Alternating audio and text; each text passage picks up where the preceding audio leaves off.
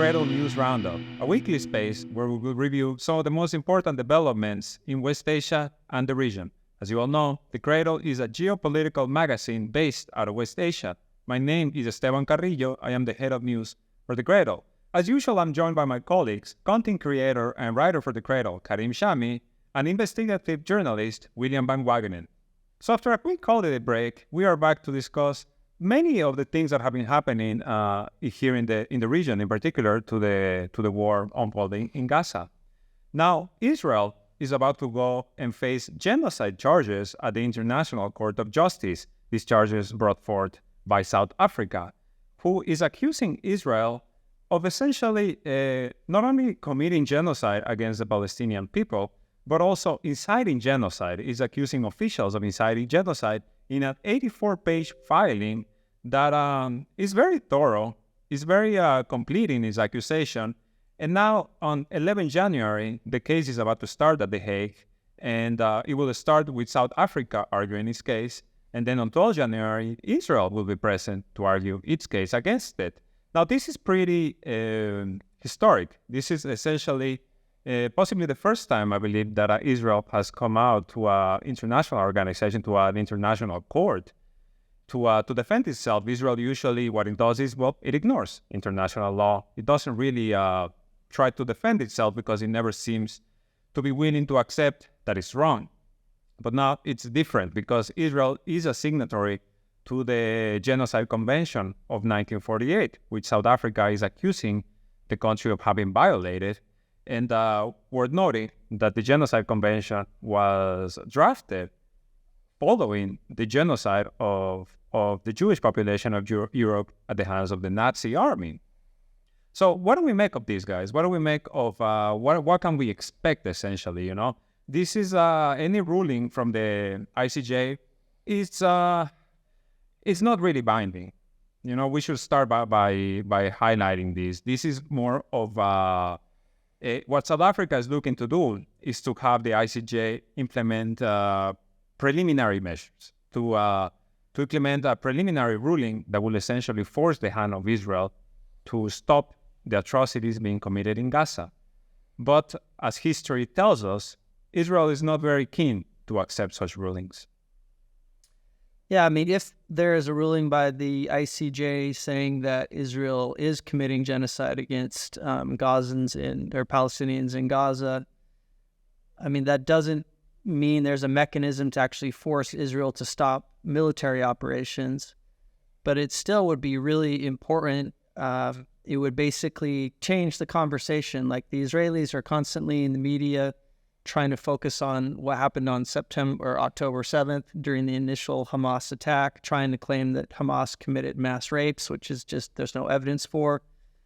They're doing everything they can to keep attention away from what is happening in Gaza and the genocide that is going on, at least according to many international legal scholars. And so that would change the conversation, basically, and bring it back to what Israel is doing in Gaza. And this is what they've tried to obscure for 3 months at this point. They keep going back to October 7th. They keep going back to Hamas. And it's worth pointing out that, it's not only relevant that Israel is going to be present and defending itself, but also, according to reports, their defense is based on the video, on the famous, Hamas atrocities video that has essentially, been debunked, or at the very least has been brought into. A lot of questions have risen about the veracity of what is shown in that video. We discussed it before. And then there's also the other part of the defense, which is essentially going to be the statements by officials inciting for genocide. They didn't mean it. This is their defense. They didn't mean it. Yeah, I mean, this has got to be the easiest case that you could ever prosecute, because how many instances do you get where the people who are being charged with a crime are on video in multiple occasions saying, yes, this is exactly what we're trying to do? There's so many Israeli government officials, military, political, journalists, celebrities saying, we are trying to starve Gazans, we want to flatten Gaza, we want to kill everyone in Gaza, we want to remove them from Gaza and force them to become refugees in other countries. I mean, the Israeli media is just chock full of all these people making these statements. And the case by South Africa just includes all of those. 9 pages. So obvious. 9 pages. As you mentioned, the Israelis are saying, oh, well, the people who said those things, they weren't in a position to make decisions. Or even if they were, which there are many where they are, they're like, oh, they didn't actually mean that.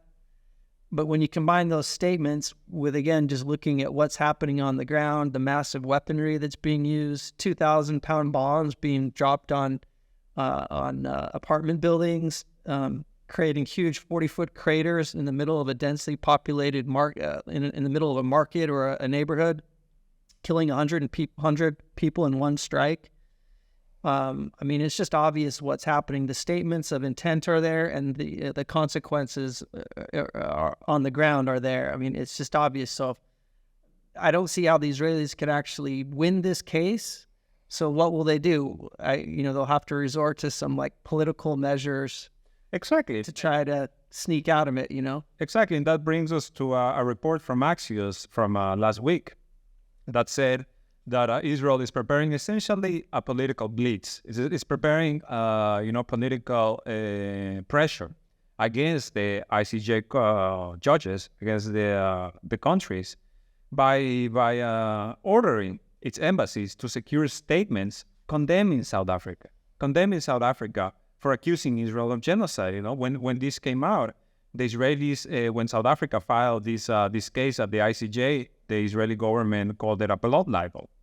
And of course, the U.S. government just a few days later came out and called it, counterproductive. They called it essentially that there's no case. They have seen no evidence of genocide. The U.S. officials, the White House officials have seen no evidence of genocide. They must be, their phones must be off, their televisions must be off, because this is being recorded on a daily basis. What you're describing, the bombs on hospitals, the having people, leave via humanitarian corridors to a different area of Gaza and then bombing those corridors. Entire families wiped out. I believe I was reading earlier today that a family of 144 people in Gaza has been completely eradicated. And this is unheard of. The UN said this has been in the history of the UN, this is unheard of. And it's interesting, too, if you go back to the Holocaust of the Jews in Europe during World War II, you hear a lot of stories about how entire families were wiped out. Maybe there's only one family member that survived and everyone else was killed by the Nazis. And that's exactly what is happening in Gaza. Just entire families, extended families, just being totally wiped out. And I just can't think of, more clear example of what a genocide would be. It's just totally obvious. And, this internal cable that was leaked to Axios, it's interesting, because it sheds a light into why Israel seems to actually be concerned this time. Because in previous times when there would be, these accusations, Israel, it has the cover of the US, it has the cover of the EU. They don't really, they don't live in a world in which consequences from international organizations or Western alliances, they don't really exist for them. But in this cable, they say that a ruling by the court could have significant potential implications that are not only in the legal world, but have practical, bilateral, multilateral, economic, security ramifications. So they're concerned about sanctions. They are concerned about opening up officials for genocide charges, because the ICJ, it prosecutes states, groups, unlike the International Criminal Court, which is also based in The Hague, which prosecutes individuals. So a ruling against Israel at the ICJ would open up Benjamin Netanyahu, Isaac Herzog, Itamar Ben-Gvir, Bezalel Smotrich, Joe Biden, Antony Blinken, Lloyd Austin to genocide charges. Because it's not only the officials inciting for genocide in Israel, it's also those who are providing them the weapons, which are being used. 65,000 tons of ammunition have been dropped in Gaza. Per estimates, I believe it's like about 80% or so of the buildings in Gaza have been razed to the ground, or at the very least, made uninhabitable.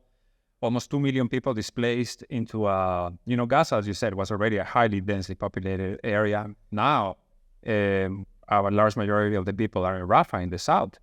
The South African filing, it details a lot of the conditions that people have to live in, one toilet for 700 people, healthcare, lack of healthcare, lack of food, lack of water. The World Food Program, I believe, they came out with saying that 4 out of 5 people in the world going hungry are now in Gaza. So you just have these staggering figures, these staggering statements. And should add one more. There's a number that up to like 4% of the population in Gaza has been either killed or injured.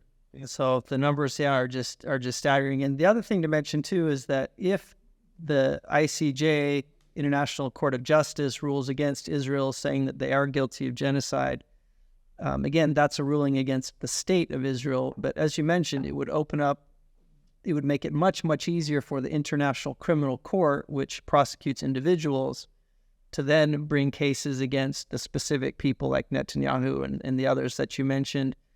And so, again, it does have implications. And I think the Israelis are really scared about it. Even in the past, there was this famous case after Operation Cast Lead, where Israel invaded and bombed Gaza in 2009. There was the United Nations Human Rights Council did an investigation, and the report that came out said that Israel was guilty of deliberately targeting civilians and using excessive force as they were bombing Gaza.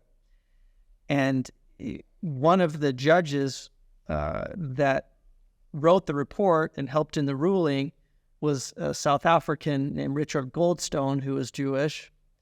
And so that was a big blow to the Israelis that a really prominent international human rights judge, who was also Jewish, came out and said, look, Israel committed these crimes, and put out this report called the Goldstone Report. And so the Israelis were so upset about that they went on this huge offensive to pressure him to basically recant what he said in the report and say, oh, actually, if I knew, what I know now, if I'd have known that then, I wouldn't have written that report. It would be different, things like that. So the Israelis clearly feel that these type of things are threats. And again, there's just no way that they're going to be able to beat this charge on its merits. And so the question is, what type of political pressure will they exert, blackmail, whatever they can to possibly, use political means to avoid this ruling from actually moving forward or going against them.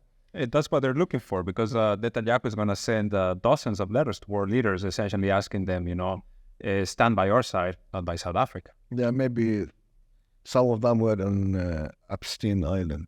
So I just wanted to point out that South Africa is also part of BRICS.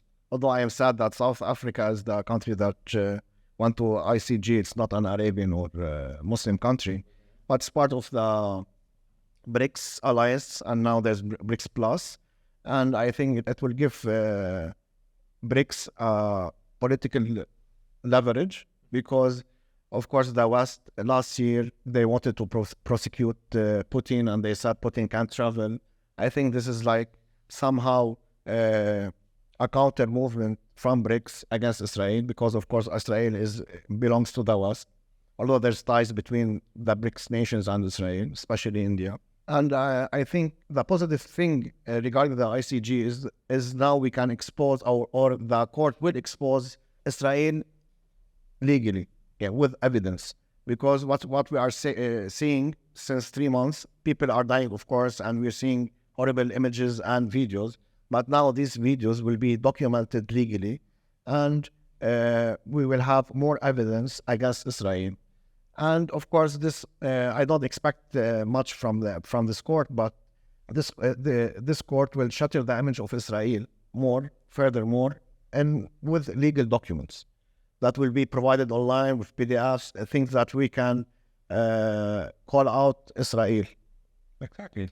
And I think this is what has got them so worried, and why they are preparing this political campaign that is essentially going to unfold this week in the coming days. Yeah, especially that Israel always they say that we live in a hostile region, everybody hates us, and now people know what some people in the region hate Israel. I don't want peace with Israel, because that's what Israel is doing since 1948. It's not the first time.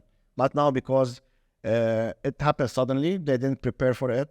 They didn't have the means of propaganda prior to what happened on 7 October. And in addition to this, the war is now more than 90 days, more than 3 months. So by time everything is going to, Israel is being exposed more and more. And now we reached the ICJ, which will shatter the image of Israel that they saw them and the French and the Brits and the US to polish every now and then, of course, with Hollywood singers. And every time they choose in the cabinet, many people in the US cabinet are Israelis, many people in the Hollywood in Hollywood, and we know how they shape everything around Israel. Yeah, now they lose this. Why do you think the Arab states haven't tried to invoke the Genocide Convention, or even Mahmoud Abbas, the Palestinian Authority president? There are few countries that consider, in the Arab world, that consider Israel as an enemy. One of them is Syria. And I think the UN has been politicized against Syria. And I don't think they will go and to the ICG or ICC and file a case against Israel, because since 12 to 13 years, the UN was used against Syria. And we have Lebanon. Lebanon already, now and then, they file reports against Israel in the UN, especially regarding what happened last time in the suburbs of Beirut. But other nations, we know that Iraq is, they are not in good terms with Israel, but we know that the US occupies Baghdad, and you have the Green Zone, and you can do anything without the permission of the US. And they assassinated Soleimani in Baghdad airport, and last week or a few days ago, they assassinated a leader in the PMU also in Baghdad, and nobody can do anything. And we have Yemen. Yemen government is not internationally recognized. They can't file anything in the UN. So before we get into what's been happening here over the past few days, I do want to get into a couple of things that you said, Karim, about, in particular about the silence from the Arab world and why it's South Africa. South Africa filing this case, I think it has historical significance. This is a country that came out of apartheid a few decades ago, lived in a system that is essentially what we have been seeing in Palestine for the past 7 decades or so. So it has, that relevance. That is, I was reading some tweets, some articles that essentially said the judges, the lawyers who are now the South African, legal team that is bringing forth these accusations, they grew up in apartheid. They grew up in this system of control. So there's that, the significance of South Africa, at least in my view. And I want to bring to light just one tweet from a Hamas official from today, in which he criticized the Arab world for their silence. Like he says, this is Sami Abu Suhi from Hamas, saying that we hope that there will be a remedy to the Arab silence. Otherwise, this official silence will constitute a mandate for the occupation to eradicate what remains of Gaza. And, it's definite. It's definite in the fact that it has to be a country, that it has to be South African. It's not, Saudi Arabia. That is not the UAE. That is not Qatar. That is not Lebanon. That is not any of these countries that are affected by Israel, that share so much in common with the Palestinian people, they just remain silent. And also another thing that I wanted to go back to very quickly is what you said, Karim, that many of these, like the defenders of Israel, maybe they were caught in the Epstein Island. Yeah. Well, the lawyer that Israel tapped initially to defend them was Alan Dershowitz. And then they had to remove him very quickly once the latest, the documents, the Epstein files were released, showing that Dershowitz is, he was involved in some very, very dark situations with Jeffrey Epstein, with Ghislaine Maxwell. And it also brings to mind, again, what is the Israeli defense going to be based on? It's just going to be based on we're protecting civilians. that they are actually going to say this. Expect them to say, no, we are actually implementing measures to protect civilians. I guess they're dying, out of thin air.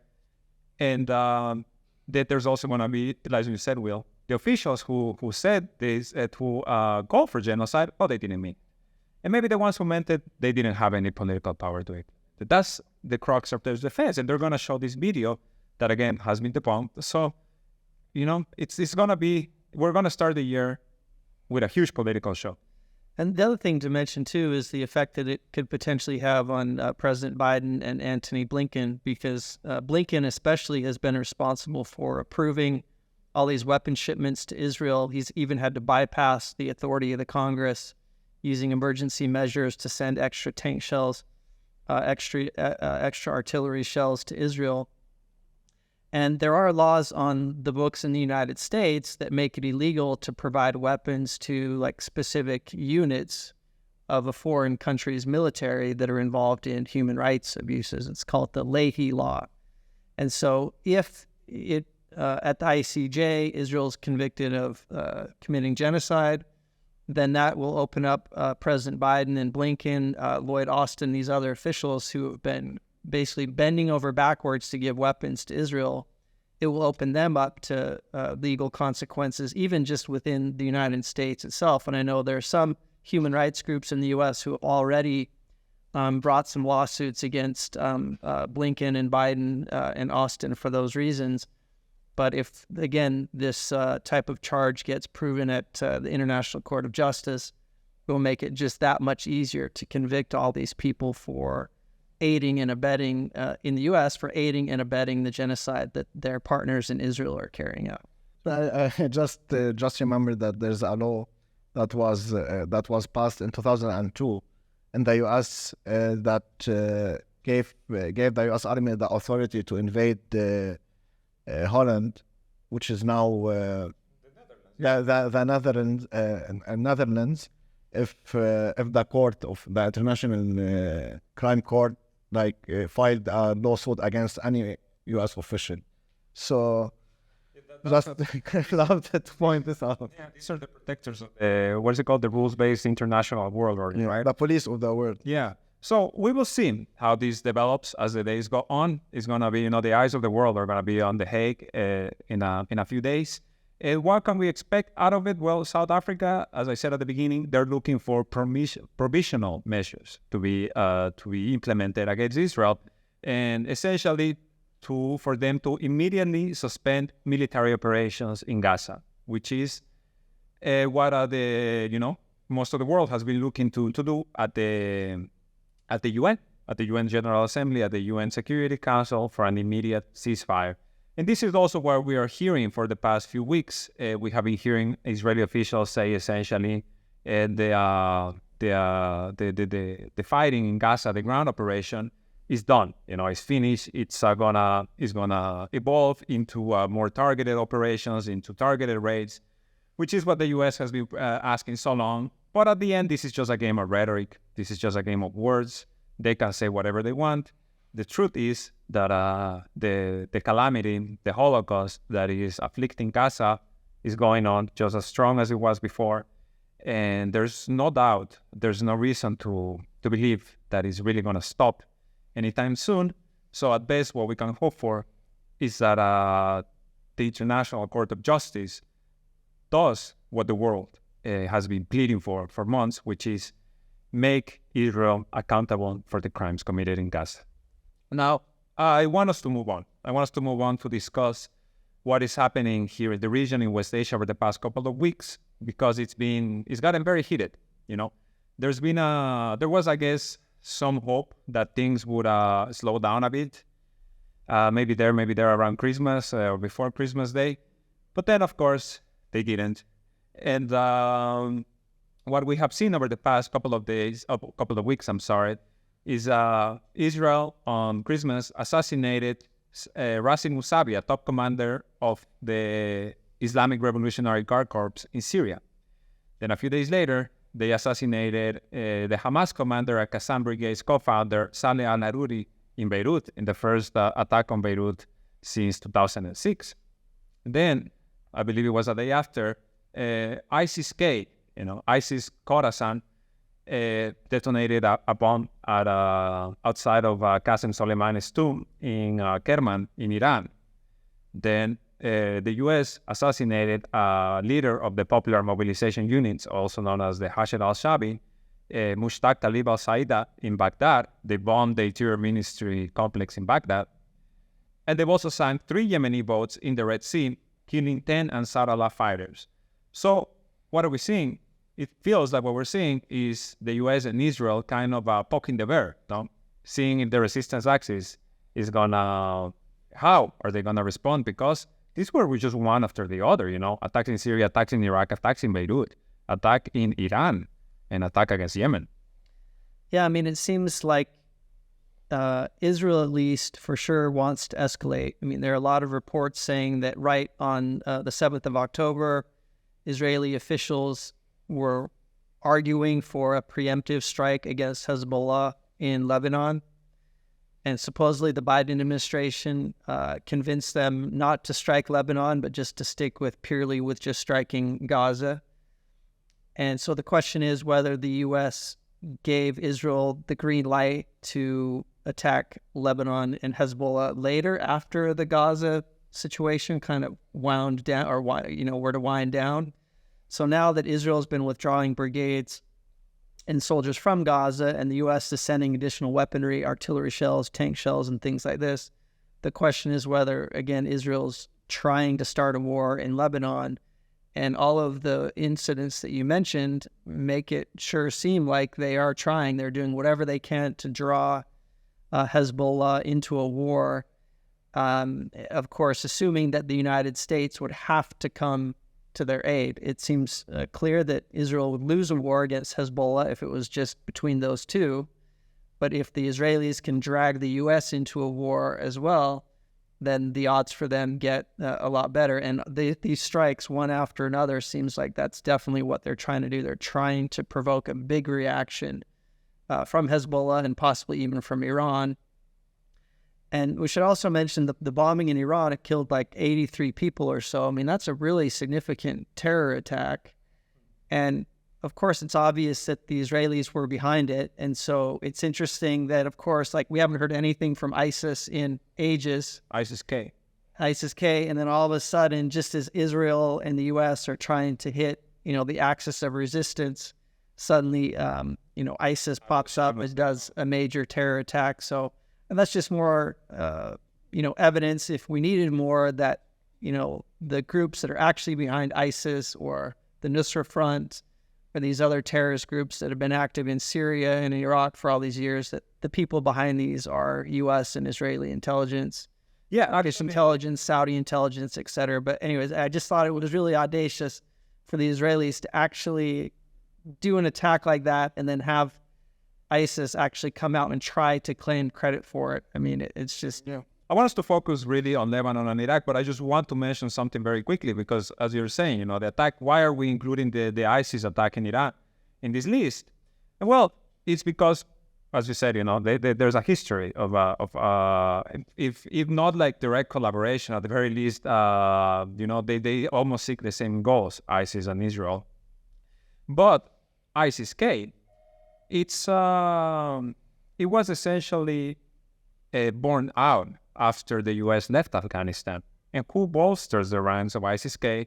Well, it's members or former members of the U.S.-trained Afghan army, in particular, members of what it was known at the time as Shadow Army, of secret operatives, death squads, that actually, when the whole withdrawal of U.S. troops from Afghanistan was underway in 2021, the Taliban in Kabul set up a security corridor to prevent members of this shadow army from leaving, and they were successful. They were successful in preventing them. What did these fighters do? A large chunk of them, they joined ISIS, and now we have an ISIS attack in Iran, in the same week in which all of the resistance axis is getting attacked. You don't have to it's not you don't have to be a conspiracy theorist to see the connections here. But let's focus in Lebanon for a second here, because I think is what you're saying, Will, about Israel is definitely looking to start war with Hezbollah. Since October 7th, they've been trying to start war with Hezbollah. But there was a recent intelligence assessment that the Wall Street Journal reported on that says, well, first of all, that the U.S. doesn't believe that Israel is capable of defeating Hezbollah. They just don't have the capabilities. But also that this is essentially being driven by Benjamin Netanyahu because he wants to earn some political points. He wants a victory. He wants to bring to the people of Israel a victory so that he doesn't have to, face the music for what happened on October 7th. And this also comes as the war cabinet in Israel, they're essentially going at each other's throats because the chief of staff of the Israeli armed forces wants to launch an investigation into the events of October 7th. And nobody in the far-right cabinet, in the, Bezalel Smotrich, Itamar Ben-Gvir, even Benjamin Netanyahu, they're against this. They're completely against this. So, as the war in Gaza winds down, so to speak, they are removing the reserve troops from northern Gaza. They are redeploying them, in part because they need to reactivate the economy. Some of these reserve troops, well, they're essentially going back to work.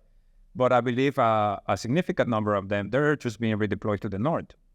Because the bombing, what happened a week ago, this attack, it was a clear violation of sovereignty. It was a clear violation of the rules of engagement.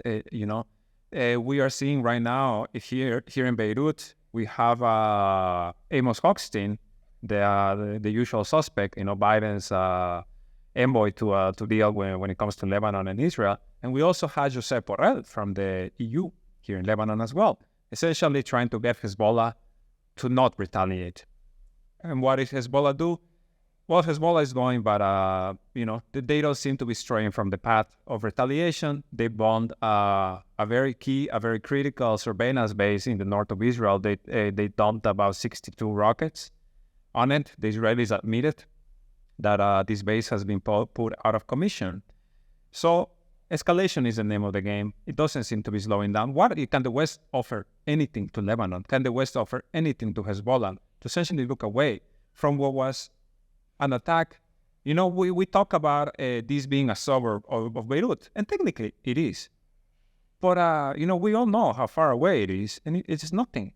It's nothing. It's right outside Beirut. It's, to go to the airport, you have to drive by there.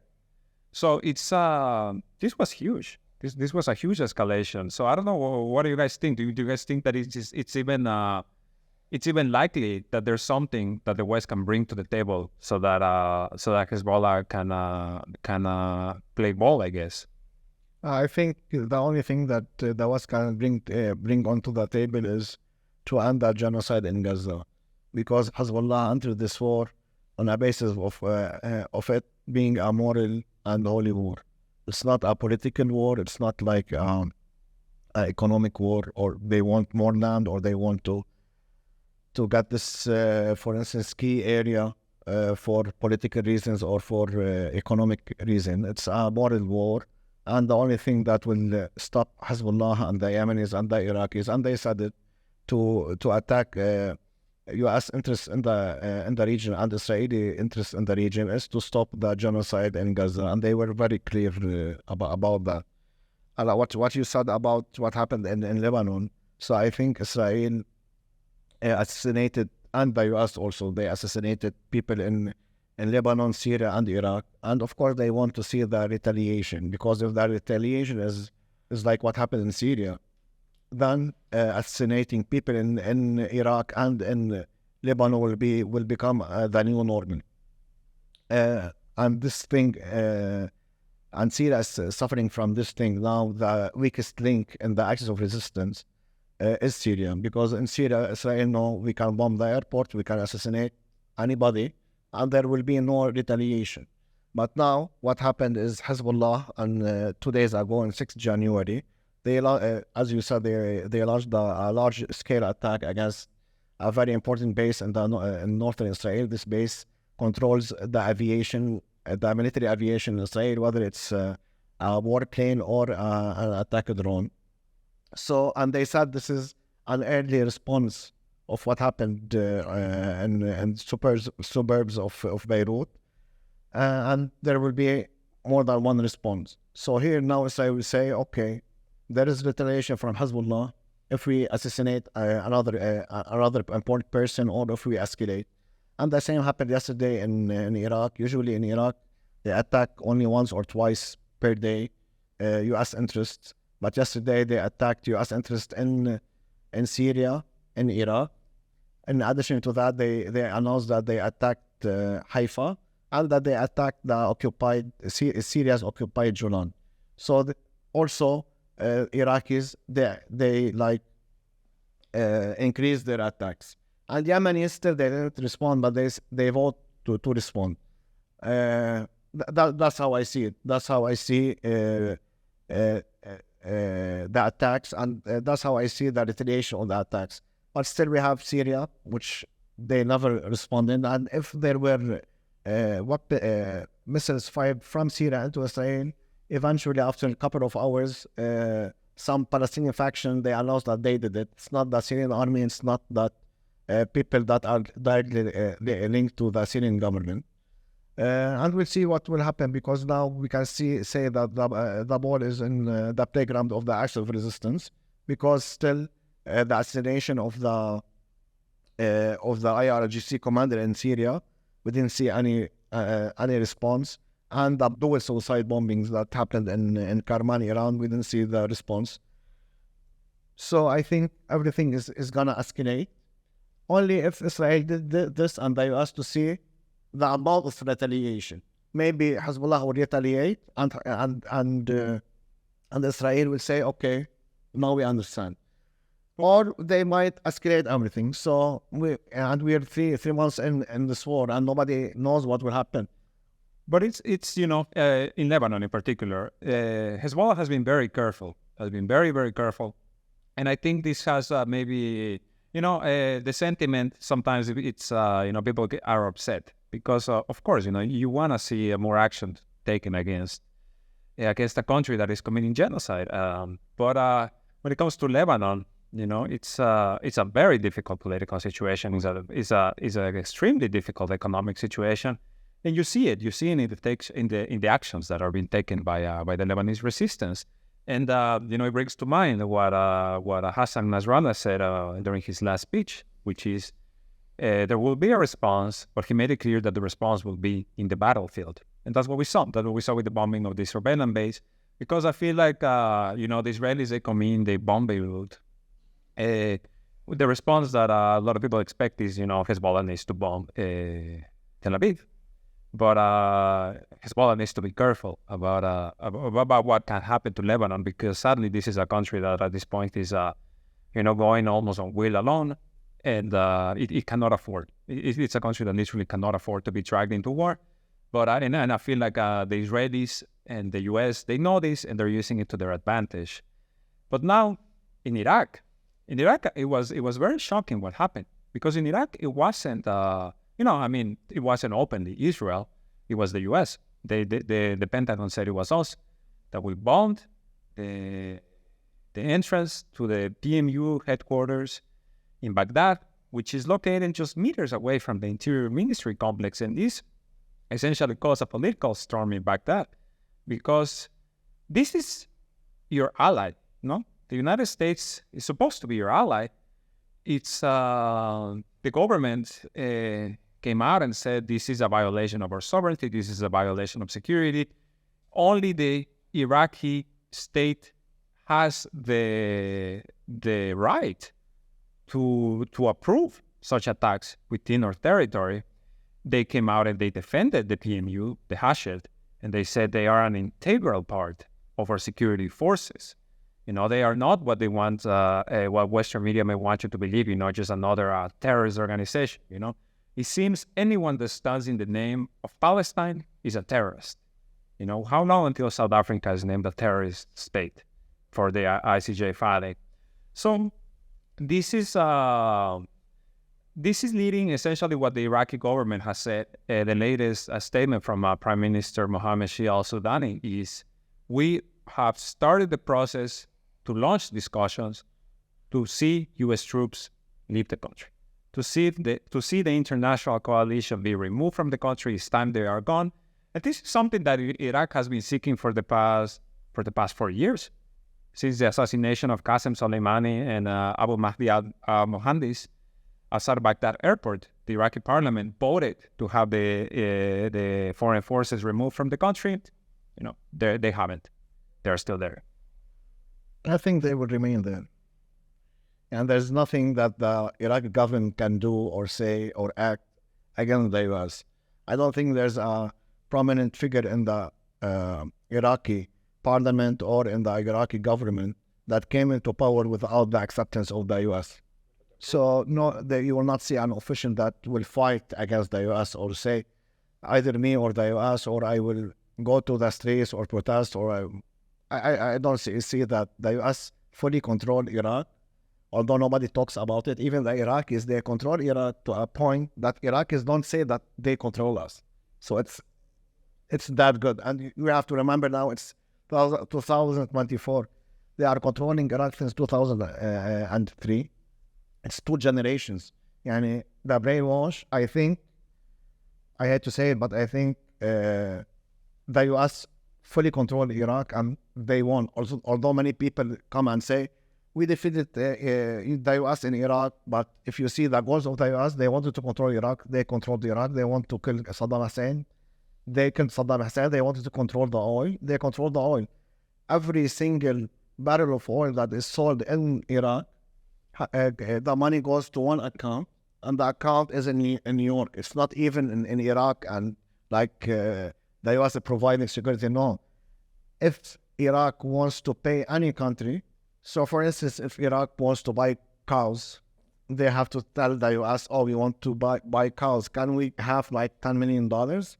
And we always see this artificial problem that occurs in Iraq where there is no electricity. Of course, all the contracts are with General Electric, which is an American company. So what happens that Iraq take electricity from Iran, and the U.S. tell them, no, Iran is not good now, you can't pay Iran, and Iran cuts the electricity. And of course, the propaganda, I'm not defeating Iran, but that's literally what happens. And then on the media, oh, you only read in Arabic and English, Iran cuts electricity to Iraq. Why does Iraq with the And then when you go deep, you will see that the U.S. didn't allow Iraq to pay the money.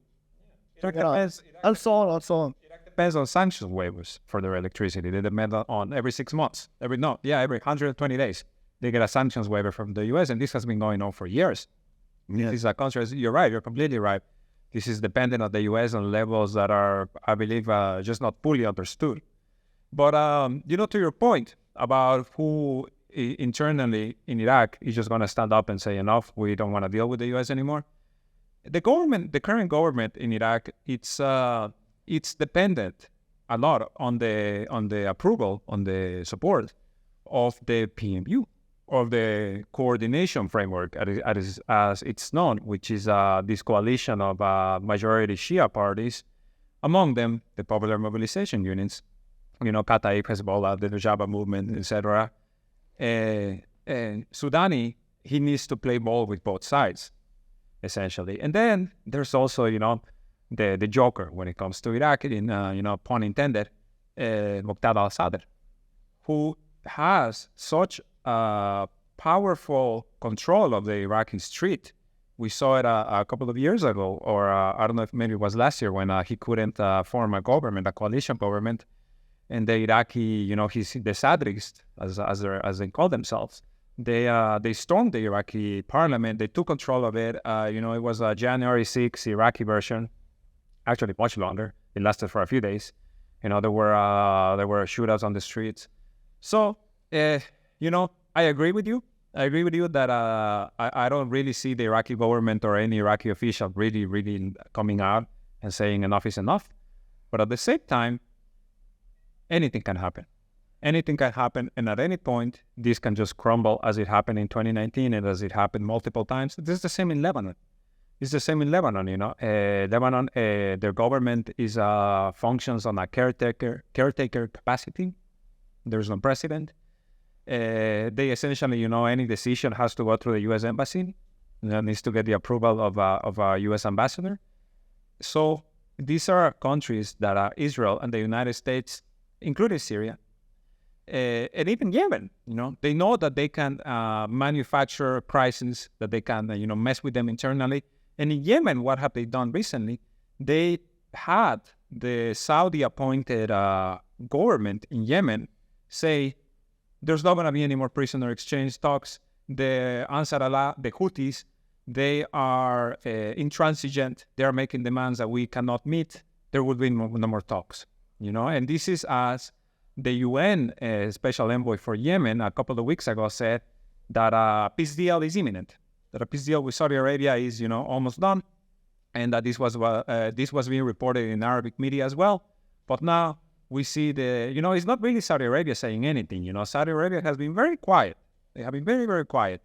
But you have this pro-US, pro-Western group in Yemen saying, putting it out there that any prisoner exchange talks are done for an indefinite period of time. And also, overnight, over the weekend, the Giants brigades were attacking again Ansar Allah positions in Shawwa Governorate, in central Yemen.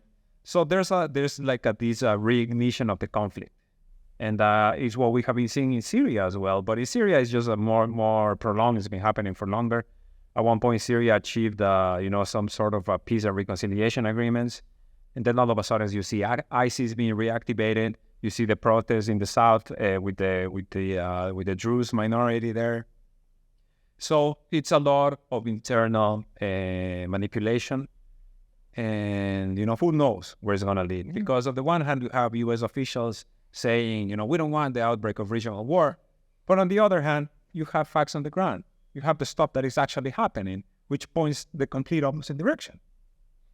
Yeah, first, what you mentioned, unfortunately, it is manufactured by the West.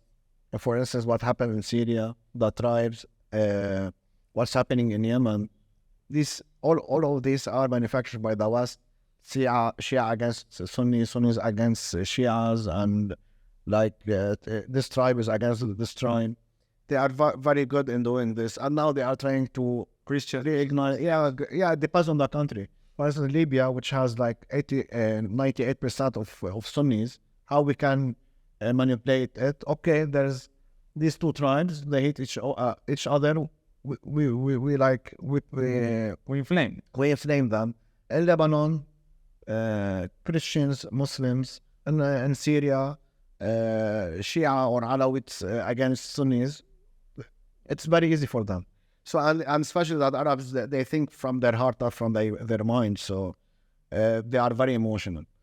It's very easy to manipulate them, especially that Islam is a majority of the people are Muslims, and in Islam is very easy to manipulate a Muslim if the cleric or the sheikh says this is true and this is false. You can't argue. So, but I want to mention that what might happen in Yemen and in Syria. For instance, what's happening and in Lebanon. Let's break these three very fast. So what's happening in Yemen? Yemen retaliate against Israel, and not usually, it is the truth that the whole Yemenis that are with Sana'a government or with the UAE or with the Saudi Arabia, they don't like Israel, and they are willing to fight Israel.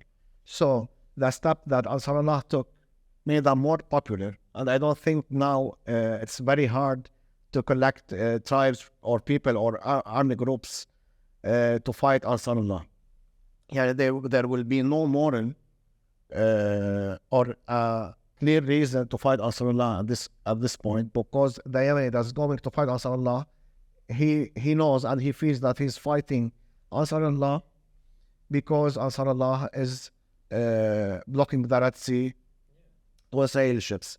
And what happened now? If you go to Syria, the situation is still the same, and they can reignite it again because, as I said, Bashar al-Assad and the Syrian government never retaliate against what Israel is doing. I think if they retaliate at least once, people will say, "Oh, okay, he is from the axis of resistance. He is resisting." But as I see it, unfortunately, he's not resisting now, and he lost a big opportunity in the region. And everybody that is fighting now Israel or even talking against Israel is gaining popularity for now and for the future. But Bashar al-Assad lost this opportunity. And in Lebanon is very complicated because half of the Lebanese, unfortunately, not half, let us say 30 or 33%, they hate the Palestinians. Okay, and the majority of those are Christians, people that are with Kataib and people that are with the Jaja or the Lebanese forces. I think if something happened in Lebanon, and unfortunately I can see it as I'm talking, if a big war erupts in Lebanon against Israel, we will see the Lebanese forces fighting Hezbollah in Lebanon, and Israelis will fight Hezbollah in the south. So there will be two fronts against Hezbollah, one which is internally against Lebanese forces, and one across the border with Israel. I think that's also is very important. People don't talk about it, but it's very clear in the media in Arabic. Every one that talks on behalf of Lebanese forces will say that we don't want war with Israel, and in the same statement they say we are ready to fight Hezbollah inside Lebanon. We have weapons. So it's very clear. Have you noticed any uptick in weapon shipments to the Lebanese forces, which you had to clarify is a Christian political party, not the army? No need for weapon shipments. Unfortunately, in the mountains, every Lebanese that lives in the mountains or has a village in the mountains knows that there is like weapons inside this building, inside this this cave or this mountain. And I've seen weapons in Doruz mountains. I've seen weapons in Christian mountains. And in the south, you can see the weapons also. So besides this, actually, just let me point out very quick, there have been many weapons deliveries over the past 3 or so months here in Lebanon. And like FAC has been reporting on it since at least November, that, suspicious security movements, that the U.S., British, French, and Canadian embassies have been receiving these shipments at both Rafik Hariri Airport and at a decommissioned base that is in the north, closer to Tripoli. So, these have been, essentially, like these weapons are coming here to protect the embassies or to, maybe for UNIFIL, who knows. But it does raise the question of what Karim is saying, because if there is going to be an intent to have local Lebanese militias confront Hezbollah just to, in support of Israel, sadly, there's weapons at the ready. First, Lebanon is a small country. You can drive it in one day, so you don't need these big weapons or big missile launchers. You just need light weapons. And light weapons, unfortunately, every house in Lebanon, they have light weapons. And if you want to go to a civil war, you don't need a missile launcher or a very sophisticated means to fight. So, well, the other question for you then is, which way would the Druze community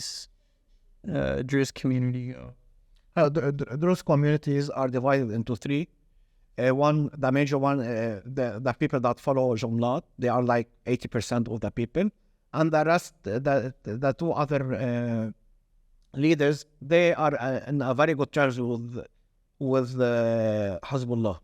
The question is very complicated because Jumlat, he doesn't have a clear path. He fought with the Palestinians in the 70s and 80s, and he fought, for instance, with Gaddafi.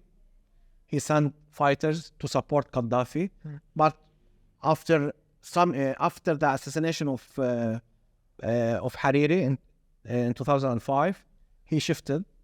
He became against Iran, against Syria, although he was very good friends with Syria. And in 2007, we had like clashes in Beirut, and he was against Hezbollah. But recently, after what happened in Gaza, from his tweets, we can say that he supports the Palestinians. So I don't think that Jumlat will fight against Hezbollah or any side in unfortunately the upcoming civil war if it erupts. So I think the people that don't know the geography of Lebanon, William is asking me this question because the Druze control the key mountains and the key ways in Lebanon. So it's very important to know where they stand. Well, and the final question is, Hezbollah has some Christian allies in the government, so obviously their enemies would be the Kataib or the Lebanese forces, as they're called. But would there be some Christian militias or political parties that would support Hezbollah in a civil war? I think it depends how many years or how much time does that civil war span, because the last civil war in Lebanon it took 15 years, and this 15 years we heard of many factions. Some now we don't know about them. Some that were they made an alliance, and some now are still ruling. So it depends from who supports who, which country supports which side. And Lebanon is very easy to get support from France, and France will have a battalion the second day, the American. So we had people in Lebanon in the last civil war. We had people that were called Nasseriyun, that were aligned with the politics of Abdel Nasser. Also, although he was dead, and we have people that were funded by Gaddafi, people funded by Syria, by the Saudis a lot. Back then, there were no UAE or Qatar or all these factions. Saddam Hussein also funded people here, the US, France, so we'll see. But now, of course, all the funding will be against Hezbollah. I just wondered, because like in Syria, for example, Hezbollah did a lot to protect the Christians there, and I know that they do have Christian allies here in Lebanon, so yeah, I was curious how that would kind of... And I also think, that is worth pointing out that I believe that, despite whatever the feeling may be against Hezbollah by some of these groups, a large majority of the people hate Israel more, regardless of anything else. Yeah, but the point is that who is willing to fight? Yeah, because we see in the recent incidents in Lebanon, every incident was the Lebanese forces was involved in. Tayouni, and they killed Hezbollah supporters or people from Hezbollah. And if you take the last 5 years, they are willing not only to fight, they are willing to start the fight. Yeah, exactly. So, just to maybe we start closing up, I just wanted to point out one thing, that it's, because we're talking about how internally things could be turned around against the resistance axis. Over the weekend, there was this message displayed at the Beirut airport that was that essentially read, this is not an airport for Hezbollah or Iran, is an airport for Lebanon. And it had the sign of these neo-fascist, essentially militia, that patrols the street of a neighborhood here in Beirut that is known as the Soldiers of God. And, this was essentially saying this is the group that acted. But then the Soldiers of God came out and said we had nothing to do with it. So it raises questions about what is really happening, who is really playing who against who. And it's not going to get any clearer, and it's not going to get any easier, sadly, because as we have said already multiple times, at this point, the U.S. and Israel seem dead set on either, pushing the resistance axis into doing something that will escalate into full-blown warfare, or into just, continuing to violate the sovereign territory of all of these countries in an attempt to regain this image of deterrence that Israel lost on October 7th. And I would say that the U.S. lost, during the withdrawal from Afghanistan, which was, a historical embarrassment. But I think we can wrap this episode up. For the Cradle News Roundup, my name is Esteban Carrillo. I am the head of news for the Cradle. I have been joined by Karim Shami and William Van Wagenen. Please make sure to subscribe and follow us on X, Instagram, and Telegram. And we'll see you next week.